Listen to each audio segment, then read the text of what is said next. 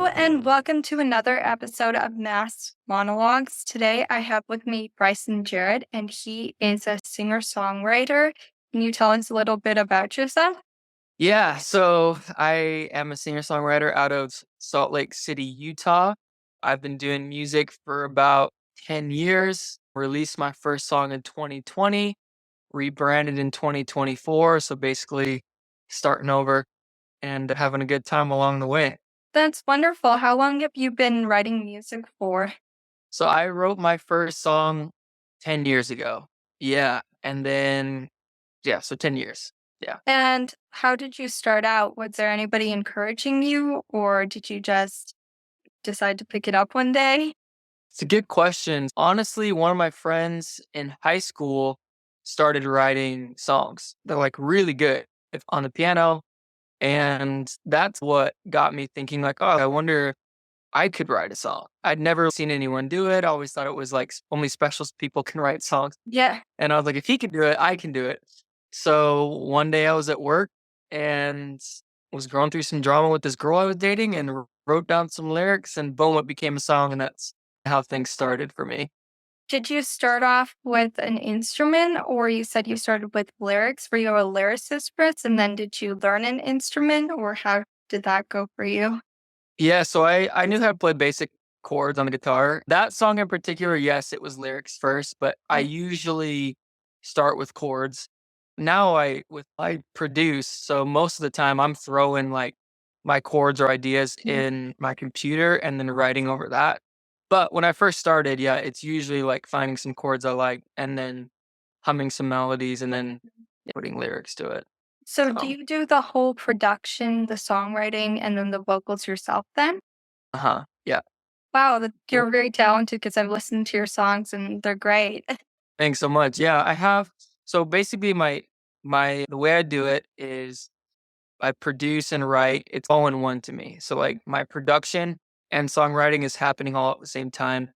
And then I have another guy that I go to that kind of helps me tighten up my production, Yeah. any other ideas, and then mixes and masters for me. But yeah, it's all done just right Sound here. engineer and like mixing, mastering once it's finished. Uh huh. How do you go about you start off with laying down some chords in your DAW then, and then just add more to the production layers. I guess you've got the percussion, your drums, and the vocals on top of that. How do you start with the vocals usually, or you have the chords down and then you go into it and then you hum along to it, find a melody that fits it, and then Yeah. write the lyrics, or how do Uh you huh. reach that?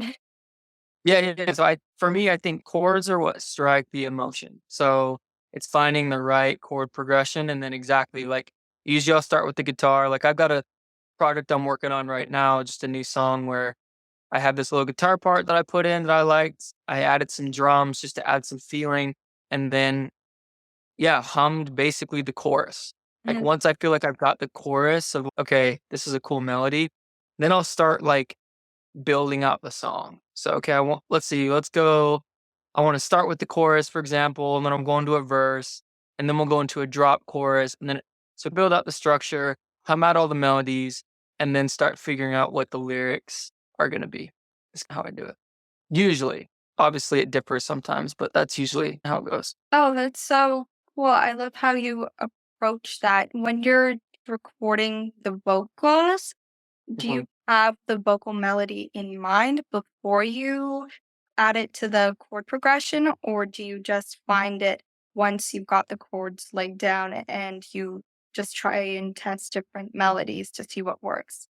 Yeah, usually if I'm feeling the chords, the melodies will just start popping pretty fast, and so usually I'll lay down the chords and then just start mumbling over it. So I'll just press record and start finding something. And a lot of times it's like it'll just whatever comes out, I'll use. But sometimes it'll be like whatever I'm mumbling, there'll be like a part of it. I'm like, oh, that was good. But let's rework the first half. So it's really just like mumbling my way into something. I wanted to ask how many layers or, I guess, instrumental tracks do you usually have in a production? Total tracks, somewhere close to 100, if Is, not more.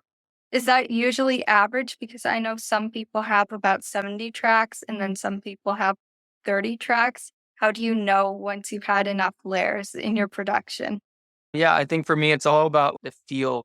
Like it's just all how it sounds and how it feels. So if a song only needs 20 tracks, then great. In fact, I think a lot of times less is more, right? Mhm. Because I love just producing so much, sometimes I can go over the top with how many tracks I'm using.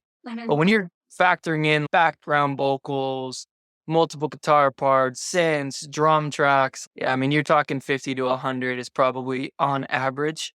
Yeah. Yeah, it's all based on the ears. I'm working on a so not I have a song coming out next Friday called Madison Beer, which will probably be out when this airs. But the song after that is pretty simple. Not a ton of tracks, and it just didn't Mhm. need it. So it really depends on the song. Yeah. Do you find that if you want an upbeat song, you need more tracks to it for the percussion, the layers to it, as opposed to a mellow, sadder, melancholy like song? Yeah, yeah. I don't know if it's like easy to put it black and white because it's melancholy and slow means less. But I would typically, agree with that. Upbeat, you're gonna have, like you said, more drum tracks, a little bit more going on, right? Than a slow song for sure.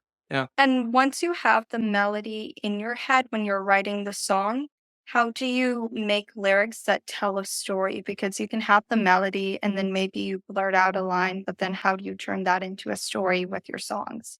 Yeah.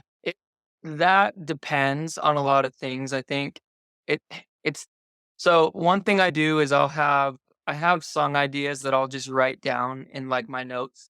And so when I'm searching for something to write about and I have a melody or whatever, I'll look through those and see if any of them resonate or could fit with what I'm writing. Yeah. But a lot of times it's just like just soul searching of what am I feeling? What am I going through? What are people in my life going through?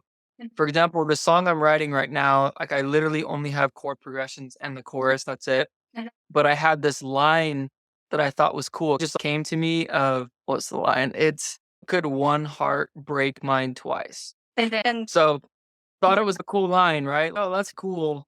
And then you go backwards from there, right? Okay, you're Mhm. like, how can I, to your point, how can I tell this story from the chorus to get to that line? Because that's the hook. That's right. And then you right. slowly just build out, yeah, the story of how all that's gonna come together to make that line fit. And I love how you have that one line because it's not cliche. It's not a line that you hear all the time.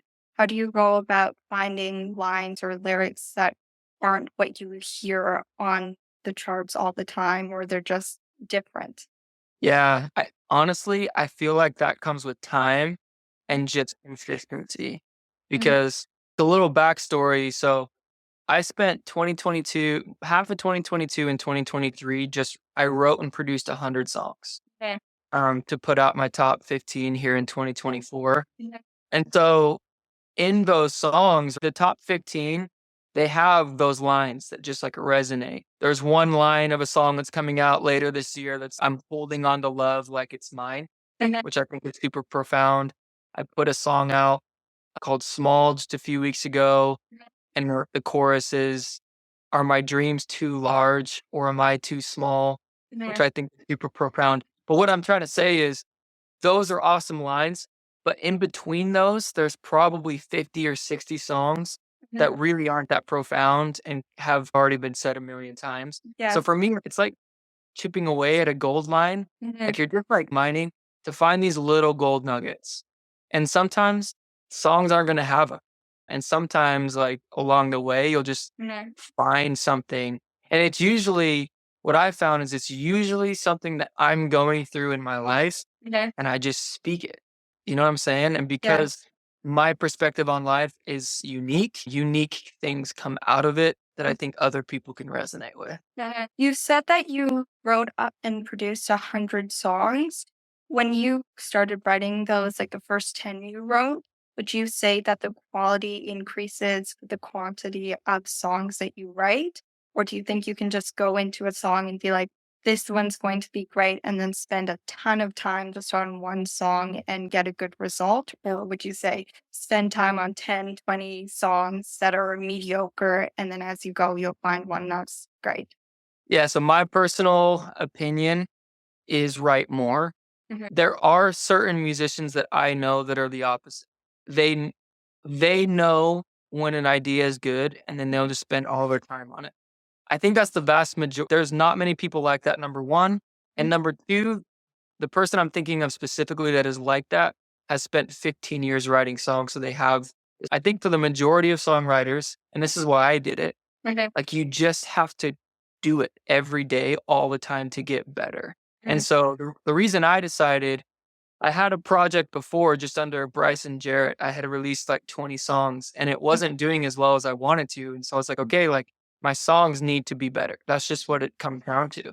And so that's why I did the 100 songs. But in my experience, what was cool about it is, for example, one of my favorite songs, it's song number 2 that came out. It's called 2 Minutes, which has done pretty well on Spotify. That was song 67 out of Right. 100. And so if I wouldn't have kept going, if I wouldn't have writ 66, 65, 64, like I never would have gotten to 67. Yes. So that's why, yeah, in my opinion, if you want to get good at songwriting and if you want to find the good stuff, most artists write 10 songs, like these are the best 10 songs in the world, and they release them. My opinion is, seriously, write 100. I can promise you that those 10 songs you thought were amazing will probably not be in your final 10 songs by the end. Does that make sense? Yeah, that makes a lot of sense. That's some good advice for songwriters or musicians out there because everyone thinks, oh, I love my song. Why isn't it doing well? It's not going to be a number one hit or even get a lot of attention if you haven't read or written about 100 songs, 50 songs, 20 songs, and Right. those exceptional people they know which song is going to do well. It's because they've been doing it their entire lives, or they've Yeah. just had so much time and experience. They don't have to write 100 songs to know this one's going to be a hit because they've just encountered amazing, exceptional songs on a daily basis. It's continuous. And I think for me, again, it's just how I personally work. But for example, these songs are all coming out this year, right? My goal, because I'm marketing this album like crazy, marketing my music like crazy, my goal is to still write between 5 and 7 songs a month. So by the time 2025 rolls around, I have another 70 to 80 Yes. songs. Maybe not quite 100, but another 70 to 80. And the idea is that just never stops. And again, like I'm at 20 songs for 2025 already. And again, like there's 3 or 4 that stand out so far, and the rest are just meh. Yes. So yeah, just keep on writing. This song Madison Beer that comes out this next week, which I'm really excited about. I think it was song 37. So it's a pretty early one, but it was when I wrote it, I was like, this is really good. And it just continued to stay really good as I continued to write. So the good songs will float to the top and just stay there because they're good songs. So Said that you've been working a lot on marketing your songs. I find that a lot of people or singer-songwriters these days, they neglect that aspect when it comes to the songwriting process and music production. How would you yeah. go about marketing your songs and what do you use or how do you try and get your music heard? I think so. Here's what I did. I think the number one thing is consistency. Everyone says it, consistency. So, especially as a musician, like you have to throw, and it's the same thing with the 100 songs. Throw out the perfection side of you and just start writing songs, right? It's the same thing with content. Throw away, like, I'm going to make the best content. I'm going to have the best strategies. Just throw it away and just post, right? And so, what I did to be able to stay consistent is I built up 50 or 60 TikToks before I started posting. Right. So that way I was 2 or 3 months like ahead. And it was never like, oh, I need a reel for tomorrow or I need a TikTok for tomorrow. And it's all that pressure. I have it scheduled. I have it planned out. Now you just have to stay consistent. And it's actually been cool because so I started in January with 0 followers, 0 songs, and I started posting every day. I had posted over 70 Instagram reels. I had got up to about maybe 350 followers. So not a ton, right? And I had one reel pop off. Got like 500,000 views, which brought me over 3,000 followers. So I'm at about 3,500 followers now. Again, it's almost like the songs, right? If I wouldn't have posted every day for 75 plus days, right? Or 75 plus reels, I wouldn't have hit my moment. And so even now it's the same thing. My personal like conviction is because I think most people, I had started and I'd post for a month and then I'd get, this sucks and I'd stop. I promised myself, like, bro, you wrote 100 songs, you believe in the songs, you can't, like, I'm not going to let you quit. Like, you're going to stay consistent. And it's been cool because, again, it's only been 3 months. I'm almost at 4,000 followers now on Instagram, and it's correlated to Spotify streams, which has been awesome. So that's my advice. Like, don't worry about what it is you're posting or how you post. And along the way, you'll start to find your brand. You'll start to find what's working.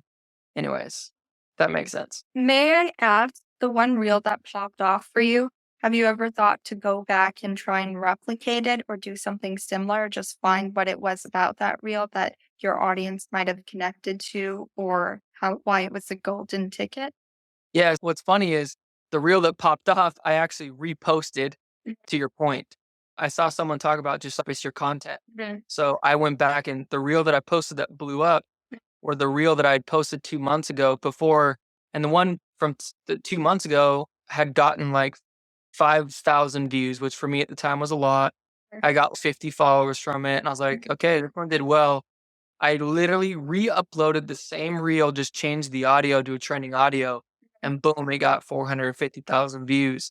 So yes, 100%. I think finding what is working and literally you can just repost it. What's been cool too is I'm starting to do throwback Thursdays to show my old like songs that have come out in the last couple of months.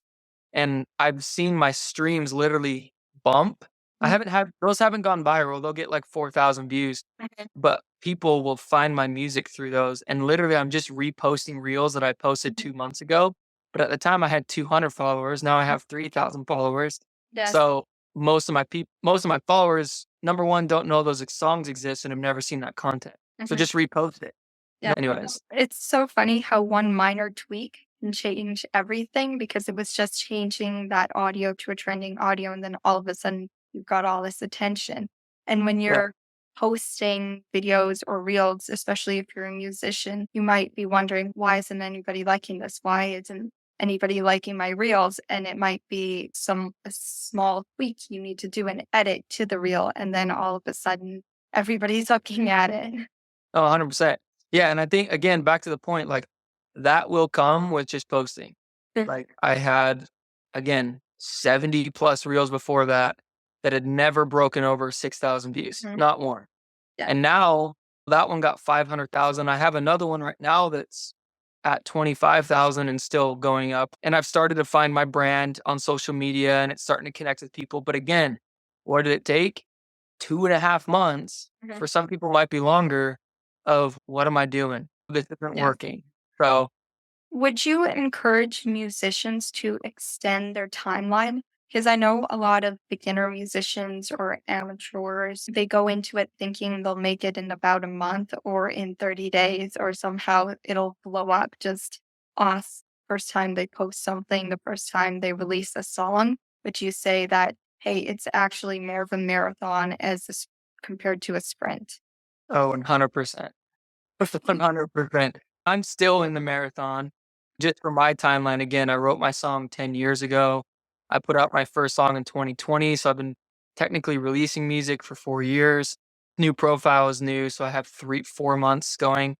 It's definitely a marathon. The research that I've done, I think I would be bold enough to say there are 0 one-hit wonders. Yes. They just don't exist. You might think they're a one-hit wonder, but they've been doing things for 5, 6, 7, 8 years that you don't see. And for example, if you look at an Ed Sheeran, all right, he blew up when he was, I think 22 or 23, 21, somewhere in that age. Yes. He had been literally like sleeping in London from the time he was 16 and put out his first song when he was 14. So Yes. he put in about 10 years of work, 8 to 10 years of work before boom, it blew up. And I don't think it super matters when you start. It just matters how much time you put in. Yes. And the people that are blowing up early just happen to find what their passion was a little earlier than maybe some others. I'm a little late. Like, I'm 28, so I'm a little later than most because I started when I was 18, not when I was 12. But it's definitely a marathon, and Yes. that's why if you love it, you'll stick through it. If you don't really love it, this won't be it for you because you're not gonna make much money at the beginning. There's no instant return, like, it takes time, but marathon for sure. And that's applicable to all creatives, anybody who's going out on their own and starting something new, musicians, artists, entrepreneurs, I guess you could say content creators. You don't get a return on your investment at first. It's not like a job where you put in X amount of hours and then you get X amount of pay. It's like you put in X amount of hours and you're hoping to get, I guess, it just return, get something in Right. exchange for it once you've accomplished this level of success or people like your work. Yeah, but and I 100%, that's what makes it difficult. But the reason I think for me that I keep going for it is when that return comes, it's going to be like the return's gonna be so much bigger than Mhm. anything else possible Yeah. because I'm doing something I love. And so that's what keeps me going is like when the return comes, because I believe it will come, and success and money and all that is coming, like, man, it's gonna be Mhm. so worth it, right? Because it's Yes. gonna be coming in the way that I wanted, and that's gonna be an awesome feeling. It is an awesome feeling, like, I've been Yes. seeing that to some degree already, so I know. I feel as though the media capitalizes on success, like quick success, where you see all these articles pop up about people who've been doing it for a month and apparently they've made about $2 million doing it, or people that have only been doing it for 30 days and they've got this song that blows up. But right, when you look back into their profiles or what they've been doing, you've noticed, hey, they've actually been performing for this song, or they've actually, had about six different failed attempts at this other thing. And it's not right. like immediate success that the media paints it out to be. No, yeah, 100%, 100%. Yeah. Yeah, I agree. Okay, so with that, I think I'm going to wrap up this episode. Can you shout out to your social media platforms or I guess where people can stream your songs if you have a website? Yeah, so just obviously all streaming platforms, it's Bryson, BRYSN is my artist name, and then on Instagram, it's Bryson, BRYSN. Music is where you can find my stuff. Okay, thank you so much. And if you Yeah. guys like this podcast and you want more episodes, please share it with a friend or family member. And thanks for listening. Appreciate it. Thank you.